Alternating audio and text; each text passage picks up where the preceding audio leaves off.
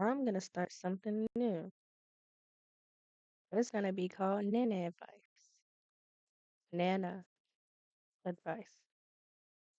And you're gonna listen to me, yeah. So I'm just gonna play this very stimulating background whilst I tell you advice, like I give you advice on life. Sound good? I think it sounds good. Let me press play and let's talk. I think this video is gonna be mainly about like relationships and looking in on yourself as well. So, okay. So, number one, the way that people perceive you does not dictate your value. That would be like me saying, because you're ugly, you're not deserving of healthcare. That's not how that works. Just because you're not seen as being desirable or you're not being desired at the moment does not mean that you're any less of the person that you are. It does not mean that you're a bad person in any way, shape, or form. Honestly, number two, if you're okay, listen, I need to take my own advice. But if you're sitting here overthinking whether they actually like you or this, that, and the third, I feel like that's a conversation that needs to happen between you and your partner. That loading sign. Oh, okay. I feel like that's a conversation that needs to happen between you and your partner because if you're sitting here like insecure in your relationship, that's not something to come to terms with on your own. You need to talk to your partner and figure out what it is so you can put that overthinking to rest. And number three, try not to overthink. If you've already asked your partner about stuff and you guys have already talked it out, number one, W, because like everybody has communication problems now, I guess. If you've already taken that step, then what's the point in sitting and moping and harping on something that has already been solved? You need to get a hobby, like go skating, like clean your room, do literally anything but sit there and soak in your own thoughts. Trust me, I know. Number four, if listen, don't be afraid to mess it up because then you're gonna mess it up. The best test scores I have ever gotten were when I didn't know there was a test coming up and or I thought I was going to do poorly on the test. Whenever I did the test, I honestly got way better than I ever would have expected. I think on my very first test at my new high school, I got a 98% on my algebra quiz. And I wasn't aware that we were doing a test. It had only been um like a week, 2 weeks, and we had a test. Stop overthinking it and stop thinking that you're going to mess up because in the process of trying to protect yourself, you're gonna mess it up. Number five, um, honestly, communications. I already said that, but like you need to communicate with your partner if anything is gonna last. Like the same way you would communicate with your partner if you're an adult and you're going to buy a house with that partner, you need to communicate with them. Like, hey, what kind of house do we need? What kind of amenity do we need? Do we need a gas stove or an electric stove? Or maybe we need a gas stove because you like to warm your tortillas on the stove and you can't do that with an electric stove. Okay, whatever. But please don't sit there and not communicate and then complain about the lack of communication in your relationship. Number six, stop the self-doubt. Like honestly, this is gonna be my best advice for those people that are they'll sit there and they'll say, "Oh, I'm so ugly," or "This, that, and the third," or "I don't look good." Just do these things for me. I want you to sit every for like a few minutes every day, look into the mirror, not like don't go psychotic like blink. Mhm. Look into the mirror, not on some creepy stuff. Yeah, my phone fell into the dishwasher. But not even on any creepy stuff. Look into the mirror and find one feature that you appreciate, not in contrast to your other ones, just subjectively. Like mine's would be my eyes, because my eyes on my beauty supermodel are somewhat similar to my eyes in real life. I will use that as an example. Look in the mirror and say, I like my eyes. I like the way they look. I like the way they look because blah blah blah blah blah.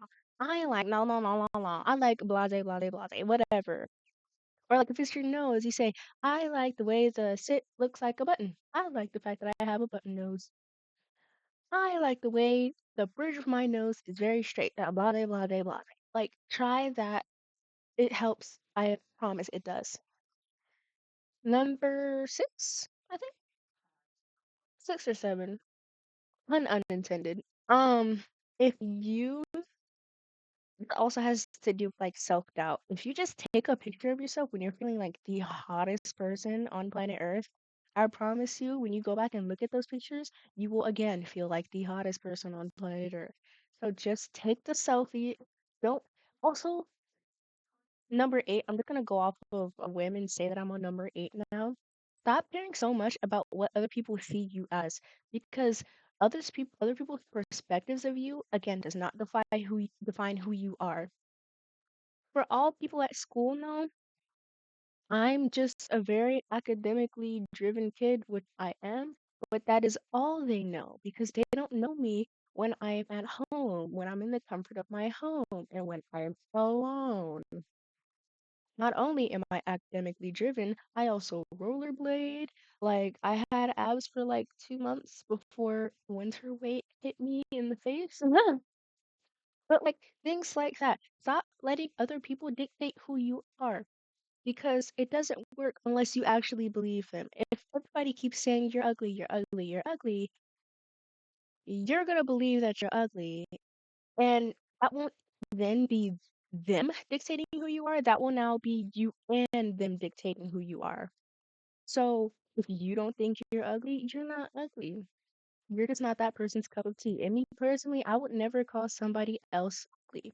Especially as like teenagers are moving about the world, they're looking for boyfriends and girlfriends and this, that, and the third. I think it's really immature to call someone ugly.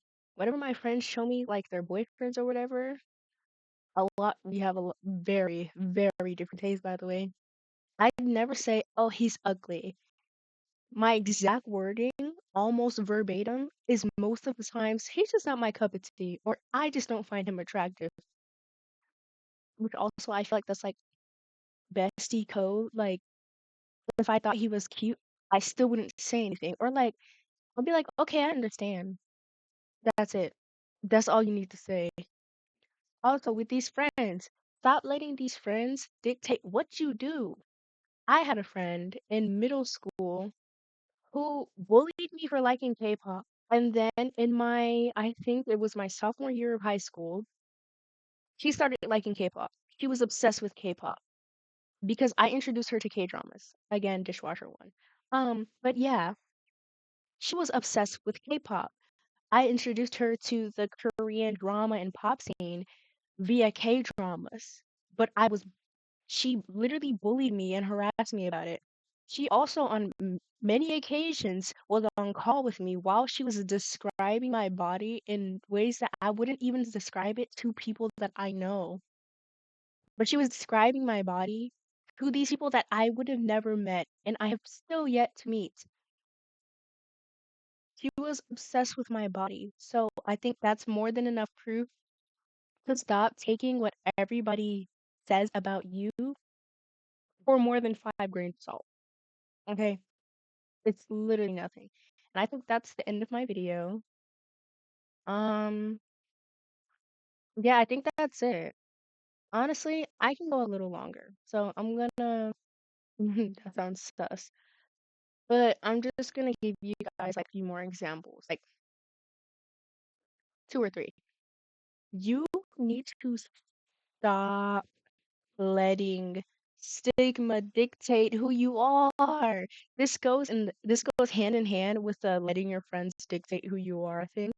Because there's stigma around emo people, right?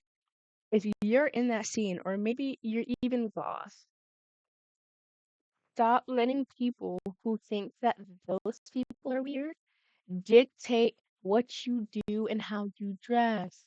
If you want to dress in all black, that's fine.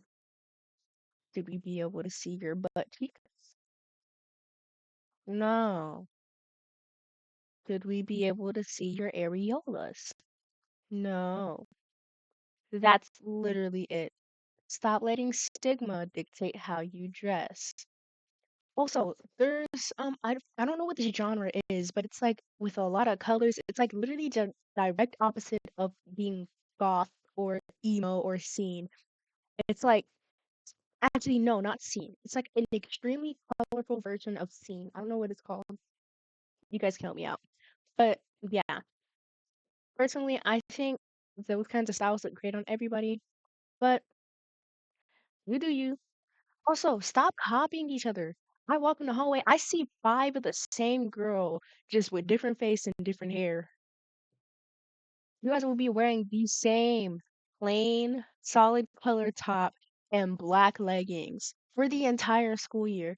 Please get some personality. I'm so sorry, but like get some personality. If this struck a chord, you're probably who I'm talking about. Take a look in your closet, pick out something that isn't solid colored shirt and leggings, like a graphic tee is fine. Like do really anything but copy your friends. And then I think my last thing will be mm, your failures don't define you. Actions and identity don't go hand in hand. Let me explain. If you're a liar, you may lie, right? But if you lied once, that doesn't automatically make you a liar. If you've cheated on a test, if a, if you are a cheater, that means you've cheated, either on a person or on a test. But if you've cheated on a test or a person once, that does not automatically make you a cheater. But I will say that with people, it is easier to stick that title onto them, especially if they've done it multiple times or if they've done it before without a proper enough reason. So, yeah, I think that's it. But stop letting your actions be your identity. If I trip and fall, I'm not going to rename myself. I bruised my knee because I fell. So stop doing that to yourself.